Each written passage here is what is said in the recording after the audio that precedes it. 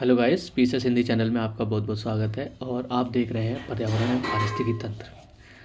पर्यावरण में हम आपको लास्ट लेक्चर में प्राइमेट से संबंधित चीज़ें आपको बता चुके थे। प्राइमेट तीन प्रकार से होते हैं: संख्या आधारित प्रमाणित, एक होता है बायोमास आधारित प्रमाणित, और एक होता है एनर्जी आधारित प्राइमेट। कौन सा प्राइमेट कैसे बनता है, उल्टा बनता है, सीधा बनता है, मैं आपको डिटेल में डायग्राम के माध्यम से भी समझा चुका हूँ। ठीक है, आप वीडियो के अंत तक बने रहना। आगे नया लेक्चर अब ये चालू हो रहा है जो, और इन्वायरमेंट में ये डिटेल्स और कॉन्सेप्ट आधारित क्लासेस चल रही है। और साथ में आपसे गुजारिश है कि आप इस चैनल को ज़्यादा से ज़्यादा लोगों तक शेयर कीजिए और चैनल को सब्सक्राइब कीजिए और एक लाइक कीजिए, जिससे कि हमें मोटिवेशन मिले। कमेंट के माध्यम से हमें सुझाव भी दे सकते हैं, एक लाइक तो कर ही सकते हैं, ठीक है ना, वीडियो को। देन उसके बाद में आप देखेंगे ये 100 डे का निःशुल्क कार्यक्रम है, बिल्कुल निःशुल्क चल रहा है। और अभी आपको पता है समीक्षा अधिकारी की डेट आ गई है, कल ही आई है। और 27 जुलाई को 1 शिफ्ट में एग्ज़ाम होगा, 9:30 से लेकर 12:30। 75 जिलों में ये एग्ज़ाम होगा और 3 घंटे का होगा। सामान्य हिंदी और सामान्य अध्ययन का दोनों को मिला के 200 क्वेश्चन आएंगे। तो आगे चलो, आगे देखते हैं। प्राइमेट से आगे रिलेटेड था, प्रारंभ करते हैं। जैसे पारितंत्र में जैविक संबंध, बायोटिक रिलेशन कैसे होता है। तो दो तरीके से, एक इंट्रा स्पीसीज रिलेशन होता है, एक इंटर स्पीसीज रिलेशन होता है। जब एक ही प्रजाति के जीवों के बीच में संबंध हो, जैसे बंदर एवं बंदर के बीच में संबंध होगा, और इस क्षेत्र अधिकार को लेकर होता है। क्षेत्र अधिकार का मतलब ये है आवास और भोजन। हर स्पीसीज को एक पर्टिकुलर आवास चाहिए और पर्टिकुलर आवास के लिए वो लड़ाई लड़ता है, साथ में भोजन की जुगत में पूरा प्रयास करता है। ये चीज़ें आप समझने का प्रयास करना। हर वो सिंगल स्पीसीज़ जो भी आप देख रहे हो इस धरा पे, इस धरती पे, ठीक है, वो स्पीसीज़ अपने आवास के लिए, अपने क्षेत्र अधिकार के लिए, साथ में भोजन के लिए फाइट कर रहा है। चाहे वो कोई भी स्पीसीज़ हो, चाहे वो मानव जाति हो, चाहे कोई भी हो, ठीक है। आप देखेंगे फिर उसके बाद में दो तरीके से मैंने आपको बताया इसको। तो सबसे पहले हम अंतर्जातीय देख रहे हैं, इसको हम इंटर स्पीसीज बोलते हैं, ठीक है। और एक होता है इंटर, एक होता है इंट्रा। पहले हम इंट्रा पे चर्चा करेंगे डिटेल में। कॉन्सेप्ट को समझने का प्रयास करना।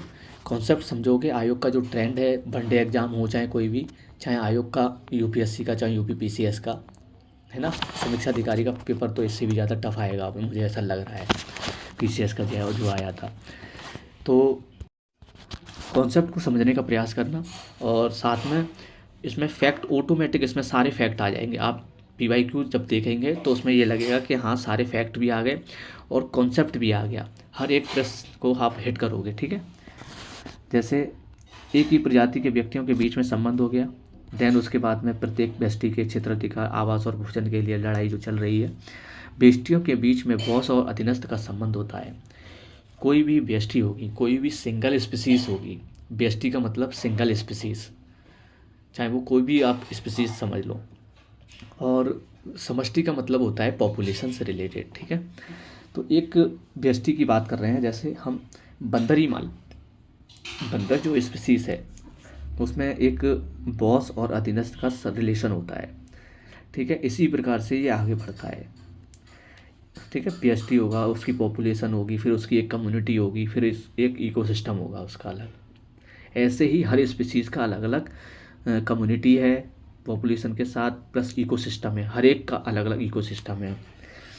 और भोजन भी आप देखेंगे, सबका भोजन भी अलग अलग है। कोई शाकाहार है, कोई मांसाहार है, कोई मांसाहार शाकाहार दोनों है। और ये आप फैक्टर देखेंगे, समष्टि जो पॉपुलेशन है उसका, उसमें पॉपुलेशन में वृद्धि कैसे होती है और पॉपुलेशन में उसका छोटा होना कैसे होता है। कुछ फैक्टर ऐसे हैं, मैंने यहाँ नोट डाउन किए हैं, आप इनको एक श्रेणी के रूप में आप नोट कर लोगे तो चीज़ें आपकी समझ में आ जाएंगी। अगर कोई भी प्रश्न आएगा तो आप पकड़ लोगे। अगर जैसे कोई फैक्टर मतलब रोग है, अगर रोग कम होता है, रोग कम होगा तो पॉपुलेशन बढ़ेगी, रोग ज़्यादा होगा तो पॉपुलेशन छोटी होगी, आप ऐसे समझो, ठीक है। समष्टि का मतलब पॉपुलेशन से है। प्रजनन क्षमता अगर ज़्यादा होगी तो पॉपुलेशन बढ़ेगी, प्रजनन क्षमता कम होगी तो पॉपुलेशन आपकी क्या होगी, छोटी होगी, ठीक है। वातावरण इन्वायरमेंट देखेंगे, इन्वायरमेंट अगर अनुकूल है तो पॉपुलेशन की वृद्धि होगी, और प्रतिकूल है तो पॉपुलेशन की छोटी होगी, संकीर्ण होता जाएगा वो, ठीक है, प्रतिकूल हुआ तो। जैसे भोजन है, भोजन देखेंगे, भोजन की उपलब्धता अगर ज़्यादा है तो पॉपुलेशन की वृद्धि होती जाएगी। पॉपुलेशन की अगर मान के चलो उपलब्धता कम है तो उसकी जो पॉपुलेशन की जो संख्या है वो कम होती जाएगी। परभक्षण देखेंगे, प्रीडेटर जिसको बोलते हैं, उनकी संख्या अगर कम है तो पॉपुलेशन कम होता जाए, पॉपुलेशन की जो व्यवस्था है वो कम होती जाएगी, और परभक्षण की ज़्यादा है तो पॉपुलेशन छोटा होता जाएगा। प्राकृतिक डिजास्टर देखेंगे, आपको ये नेचुरल डिजास्टर आता है मान के चलो, तो पॉपुलेशन अगर, तो प्राकृतिक डिजास्टर है जो आपदा है वो कम है तो पॉपुलेशन बढ़ेगी, इस तरीके से संबंध है, ठीक है। और आपदा अगर ज़्यादा आई, ठीक है, जैसे बाढ़ आई, भूकंप आया, ठीक है, सुनामी आई, अगर ये ज़्यादा आएगा तो पॉपुलेशन छोटी होती जाएगी। आपको पता है चीज़ें तबाह हो जाती हैं जब ये चीज़ें आती हैं तो ये रिलेशन मैंने समझाने का प्रयास किया, आपके आई होप आपके समझ में आया होगा। चलो आगे देखते हैं, आगे क्या है। बिल्कुल आराम से आसानी से समझो, कोई रॉकेट साइंस नहीं है, एनवायरनमेंट है, बहुत आसान सब्जेक्ट है अगर आप कॉन्सेप्ट को समझने का प्रयास करेंगे। फिर उसके बाद में आप देखेंगे पर्यावरण वह घटक है जो समष्टि मतलब पॉपुलेशन के आकार को निर्धारित करते हैं। इन्वायरमेंट एक घटक है जो पॉपुलेशन के आकार को निर्धारित करता है, उसे पर्यावरणीय प्रतिरोध कहा जाता है, एनवायरमेंट रेजिस्टेंट कहा जाता है। जो प्रीडेटर्स हैं भोजन की, जो प्रीडेटर्स हैं, ठीक है, भोजन की उपलब्धता और रोग, ये सारी चीज़ें क्या करते हैं, इसको प्रतिरोध करते हैं, ठीक है। उसके बाद में इंटर स्पीसीज देखेंगे। इंटर स्पीसीज रिलेशन में 3 तरीके से होता है। एक सहजीवी संबंध होता है, आप इसको मेरे साथ ही नोट डाउन करते रहो, आपके नोट्स बेहतर नोट्स तैयार होंगे, और जो चीज़ें मैं इसमें मान के चलो नहीं लिख पाया हूँ और मेरे मुंह से निकल जाता है तो आप साइड में नोट कर सकते हैं इसको भी। जैसे सहजीवी संबंध है, प्रतिस्पर्धी संबंध है, परभक्षण संबंध है, सिम्बायोटिक, कॉम्पिटिटिव और प्रीडेटर्स। तो सबसे पहले हम सहजीवी संबंध देखते हैं। परजीविता का संबंध, पैरासाइट्स। पैरासाइट्स में इसमें यह है कि जो परजीवी है वो होस्ट होता है, ठीक है, परजीवी लाभ लेता है जो होस्ट स्पीसीज होती है। जैसे आप एग्जाम्पल के रूप में आप देखेंगे, जैसे अमरबेल है,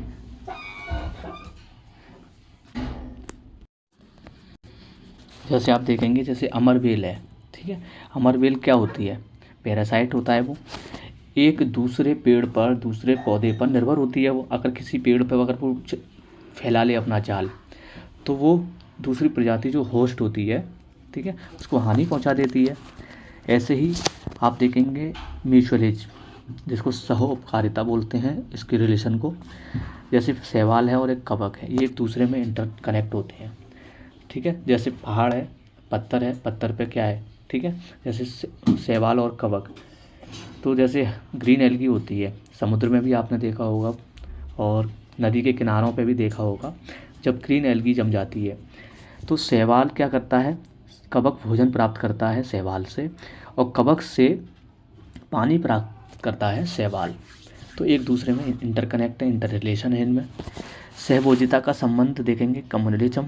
शार्क है, जैसे शार्क का हानि नहीं होना, ठीक है, हानि तो नहीं होती है, खैर इसमें रिलेशन होता है। जो छोटी स्पीसीज़ है रेमोरा, ठीक है, रेमोरा एक प्रजाति है, स्पीसीज़ है, ठीक है, जो जल में रहती है, मछली टाइप की है। जैसे शार्क बड़ी मछली है, वो छोटी है। तो जो शार्क जब अपना शिकार किसी को बनाती है तो उसके मुंह पर जो भी चीज़ें रह जाती हैं, तो आसपास में जो भोजन रह जाता है उसको ये रेमोरा मछली खा लेती है, उससे उसको भोजन ग्रहण कर लेती है, उसको इससे लाभ होता है। फिर ये रिलेशन है आपस में। ऐसे ही दूसरा आप देखेंगे प्रतिस्पर्धी, कॉम्पिटिटिव। प्रतिस्पर्धी में देखेंगे आप, यह स्पीसीज़ मजबूत है तो दूसरी कमज़ोर है, तो मजबूत स्पीसीज़ कमज़ोर स्पीसीज़ को बाहर कर देती है, ठीक है। समझने का प्रयास करेंगे, जैसे ये है और ये है, आप ये है स्पीसीज़, ये भी है, तो ए स्पीसीज़ बी स्पीसीज, अगर ए स्पीसीज़ इसमें आना चाहती है इस वाले में, ठीक है, तो बी स्पीसीज़ को बाहर कर देगी अगर ये बी स्पीसीज़ कमज़ोर है तो। यदि दोनों स्पीसीज़ मजबूत हैं, दोनों में अस्थिर एवं अशांतिपूर्ण संबंध होगा।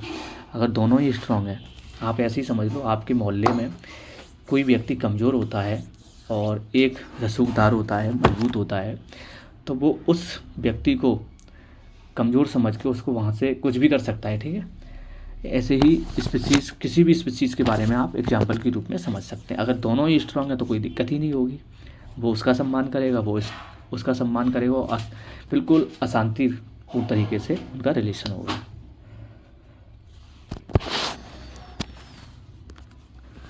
यदि दोनों कमज़ोर हैं तो दोनों में स्थिर एवं अशांतिपूर्ण संबंध होगा।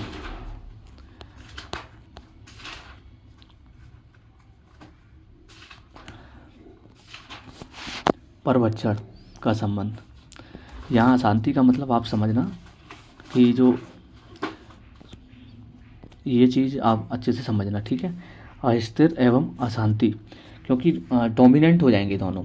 अगर दोनों स्पीसीज़ अगर मजबूत हैं, स्ट्रॉन्ग हैं, तो वो उसको हटाने का प्रयास करेगा, वो उसको हटाने का प्रयास करेगा, कभी वो उसके खिलाफ वो षड्यंत्र रचेगा, कभी वो षड्यंत्र रचेगा।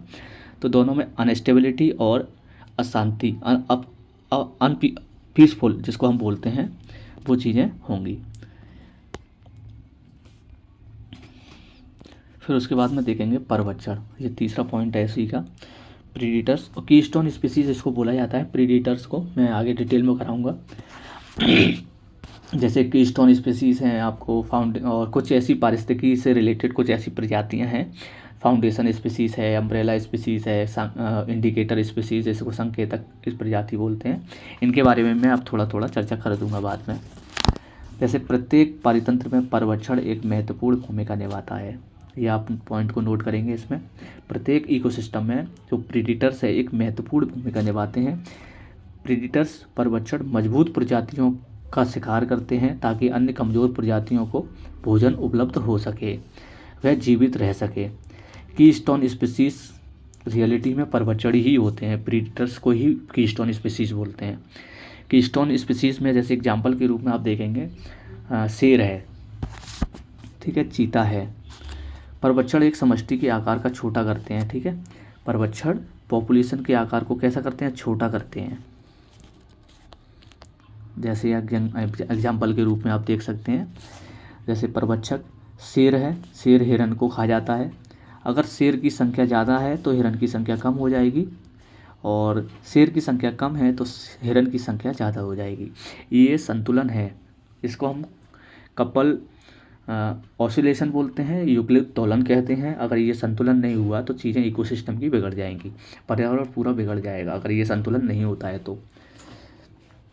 क्योंकि बिगड़ेगा कैसे, इसका रीज़न है, अगर शेर की प्रजाति है, जैसे परवच्छड़ों की स्पीसीज ख़त्म हो जाए, बिल्कुल ख़त्म हो जाए, ठीक है। आपको पता होगा जैसे अफ्रीका से अभी चीते मंगाए थे, ठीक है, इंडिया ने। क्यों मंगाए थे, वो इसी कारण से मंगाए थे, वो कीस्टोन स्पीसीज़ है, इकोसिस्टम पे बहुत इम्पैक्ट पड़ता है अगर अनबैलेंस हो जाएगा मामला। अगर हिरन की संख्या, शाकाहारी पशुओं की संख्या ज़्यादा बढ़ गई तो जो पेड़ पौधे हैं प्लस जो हरी घास है, पूरा मैदान चट हो जाएगा, पूरे मैदान और जंगल, पूरा जंगल हो जाएगा, बिल्कुल भूमि बंजर हो जाएगी, चीज़ें बिल्कुल ख़त्म हो जाएंगी। तो एक जो भी प्रजाति होंगी, छोटी छोटी जो भी स्पीसीज़ होंगी, वो अपना भोजन कहाँ से प्राप्त करेंगी, चीज़ें बिल्कुल असंतुलित हो जाएंगी। इसी प्रकार से कीस्टोन स्पीसीज़ का होना भी ज़रूरी है, प्रीडेटर्स का होना भी ज़रूरी है अपने इन्वायरमेंट के लिए। बायोटिक रिलेशन में जैसे आप देखेंगे निकेत, ठीक है, निकेत में ग्रीनेल्स ने इस शब्द का प्रयोग किया था। ये साइंटिस्ट थे, वैज्ञानिक थे, पर्यावरणविद थे, तो इन्होंने इस शब्द का प्रयोग किया निकेत का। निकेत में वह स्थान जहाँ किसी प्रजाति की जैविक क्रिया संपन्न होती है, ठीक है। जैविक क्रिया का मतलब उसमें है क्या क्या पॉइंट जैविक क्रिया में, जैसे आवाज़ निकेत बोलते हैं जिसको, हैबिटेट भोजन का, ठीक है, निकेत फूड का, प्रजनन निकेत रिप्रोडक्टिव का, भौतिक एवं रासायनिक निकेत फिजिकल एवं केमिकल। फिजिकल केमिकल में आप देख, जैसे टेम्परेचर का होना ज़रूरी है, वर्षा का होना ज़रूरी है, और स्थल का आकृति का होना ज़रूरी है। ये पॉइंट बहुत महत्वपूर्ण है, कई बार प्रश्न पूछे गए हैं निकेत से रिलेटेड, आप इसको आराम से दे सकते हैं। फिर उसके बाद में आप देखेंगे कम्युनिटी इंटरेक्शन। कम्युनिटी का इंटरेक्शन कैसे होता है, दो तरीके से होता है, एक पॉजिटिव और एक नेगेटिव। सकारात्मकता में जैसे सहजीवी, सहभोजी और सहकारिता, 3 पॉइंट आते हैं, ठीक है। देन उसके बाद में नेगेटिव में देखेंगे प्रतिस्पर्धा, एक दूसरे में कैसी प्रतिस्पर्धा होती है, आवास को लेके, भोजन को लेके। विरोधी या प्रतिजीविता अथवा एलिलोपैथी बोलते हैं इसको। प्रतिरोधक रसायन का स्त्रावण करते हैं ये, मान के चलो जैसे पेनिसिलियम है, स्ट्रेप्टोमाइसिन है, फ्लोडोस्पोरियम है, ये कुछ ऐसे केमिकल पदार्थ हैं, ये दवाइयाँ हैं, इस तरीके से मान लो, इस तरीके से कि जो केमिकल रसायन है ये वृद्धिरोधक हैं, ये उनकी वृद्धि में क्या करते हैं, रुकावट करते हैं। ये रसायन है, ये केमिकल हैं, स्त्रावण करते हैं और उनके माध्यम से जो सूक्ष्म जीव होते हैं उन पर इम्पैक्ट पड़ता है, प्रभाव पड़ता है। कीस्टोन स्पीसीज़ के बारे में आप देखते हैं, जैसे प्रत्येक पारितंत्र में कीस्टोन स्पीसीज़ होती है, जैसे फूड चेन है, ऊर्जा का प्रवाह है, अनिवार्य द्रव्य आधार पोषण चक्र है, जो साइकिल है न्यूट्रिशन की, उनको प्रभावित करते हैं, ठीक है। इनको प्रभावित करने वाली प्रजातियां ही कीस्टोन स्पीसीज़ कहलाती हैं, ठीक है। कीस्टोन स्पीसीज़ को आप समझ रहे होंगे बखूबी, मैंने अभी पहले भी समझाया था, अब भी समझाने का प्रयास कर रहा हूँ। जैसे कीस्टोन स्पीसीज़ से रिलेटेड अगर फैक्चुअल रूप में या पूछा जाए या कॉन्सेप्ट के आधार पर पूछा जाए तो आप समझना, प्रत्येक पारितंत्र में कीस्टोन स्पीसीज़ होती हैं, ठीक है, उनका होना बहुत ज़्यादा ज़रूरी है। फूड चेन को प्रभावित करती हैं, साथ में ऊर्जा का जो ट्रांसफ़र होता है उसको भी प्रभावित करते हैं। अनिवार्य अर्थात जो साइकिल होती है न्यूट्रिशन की, उसको भी ये प्रभावित करते हैं। और साइकिल को प्रभावित करने के साथ साथ जैसे आप देखेंगे एग्जाम्पल के रूप में कौन कौन सी कीस्टोन स्पीसीज़ हैं, प्रीडेटर्स, परवच्चक होते हैं, सबसे ज़्यादा ज़रूरी होते हैं। डीकम्पोजर, ये भी बहुत ज़्यादा ज़रूरी होती हैं, ठीक है।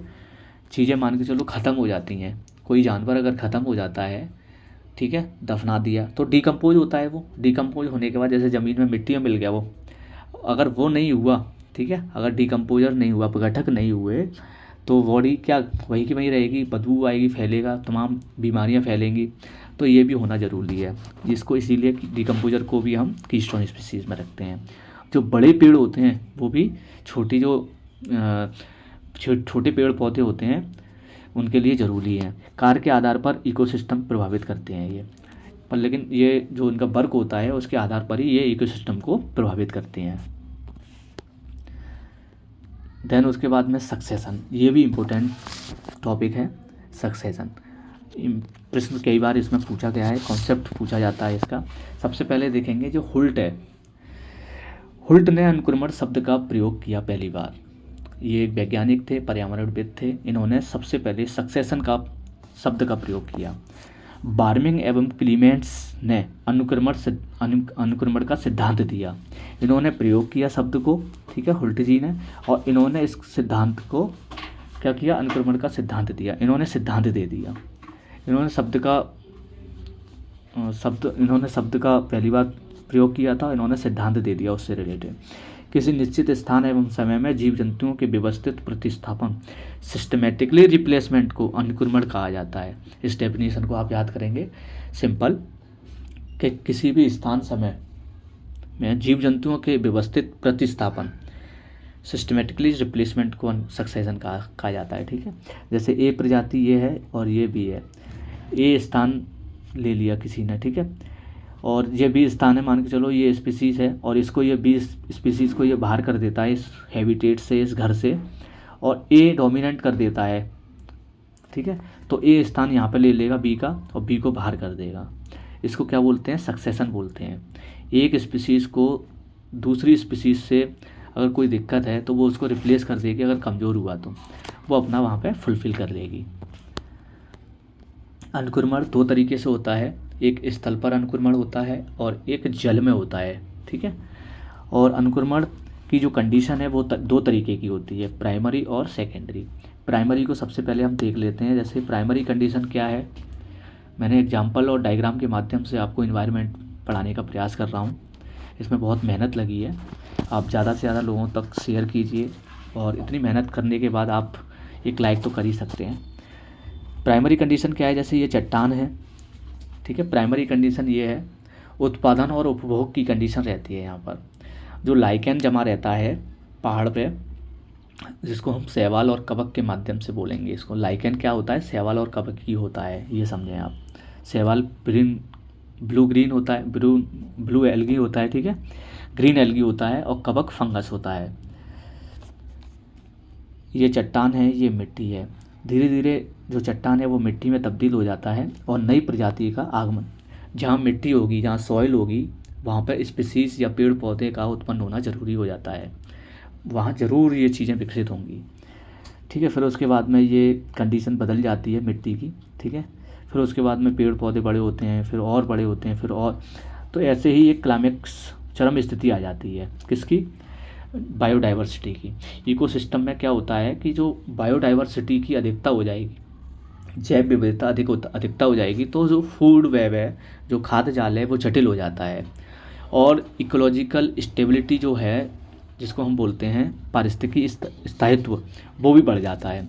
जहाँ बायोडाइवर्सिटी बढ़ेगी, इकोलॉजिकल स्टेबिलिटी ऑटोमेटिक बढ़ेगी। बायोडाइवर्सिटी का बढ़ने का मतलब ये है जहाँ पेड़ पौधे अधिक हो जाते हैं, ठीक है, तो ये चीज़ें उसमें आने लगती हैं। तो आप देखेंगे ये भी एक ग्राफ समझाने का प्रयास किया है, इस ग्राफ को आप समझेंगे। ये पॉइंटियर कंडीशन है, जो प्रारंभिक कंडीशन जिसको हम बोलते हैं, ठीक है। यहाँ से स्टार्ट होता है, धीरे धीरे निकेत की डाइवर्सिटी होती है, जैव विविधता में वृद्धि होती है, खाद्य जाल एवं उसकी जटिलता में भी वृद्धि होती है, और इकोसिस्टम में भी एक वृद्धि हो जाती है। इकोसिस्टम एक घना हो जाता है, ठीक है। और अनुक्रम के स्टेज देखेंगे, stage of succession. Stage of succession में ये चीज़ें ज़रूरी हैं, आप इसको नोट करेंगे, प्रश्न कई बार स्टेटमेंट में पूछा गया है। जैसे पहला है न्यूडेशन, फिर उसके बाद में आक्रमण, इन्वेजन होता है।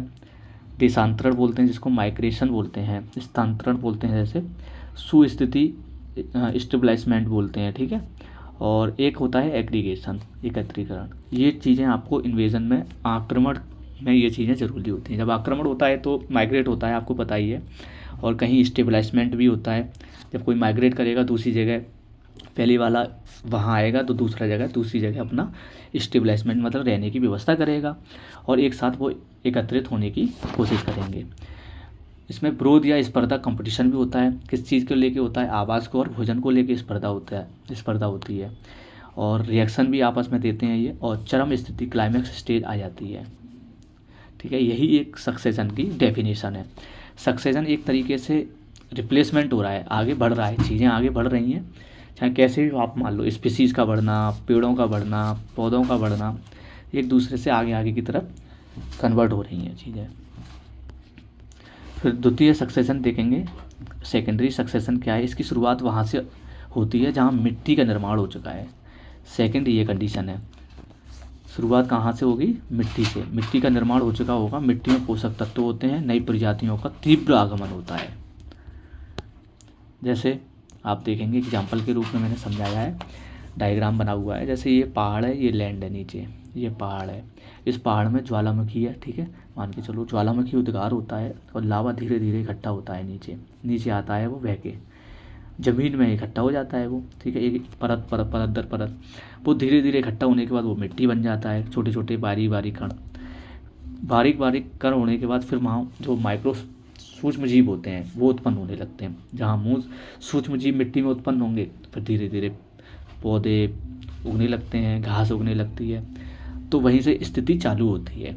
ये समझाने का प्रयास किया है, वहीं छोड़ते हैं। फिर उसके बाद में देन ये डायग्राम मैंने आपको समझा दिया, देन उसके बाद में थोड़ा सा और है, इसको भी कंप्लीट करेंगे। चलो आगे नेक्स्ट लेक्चर में कराते हैं। आप ज़्यादा से ज़्यादा शेयर करें, इसको लाइक करें, शेयर करें। Thank you.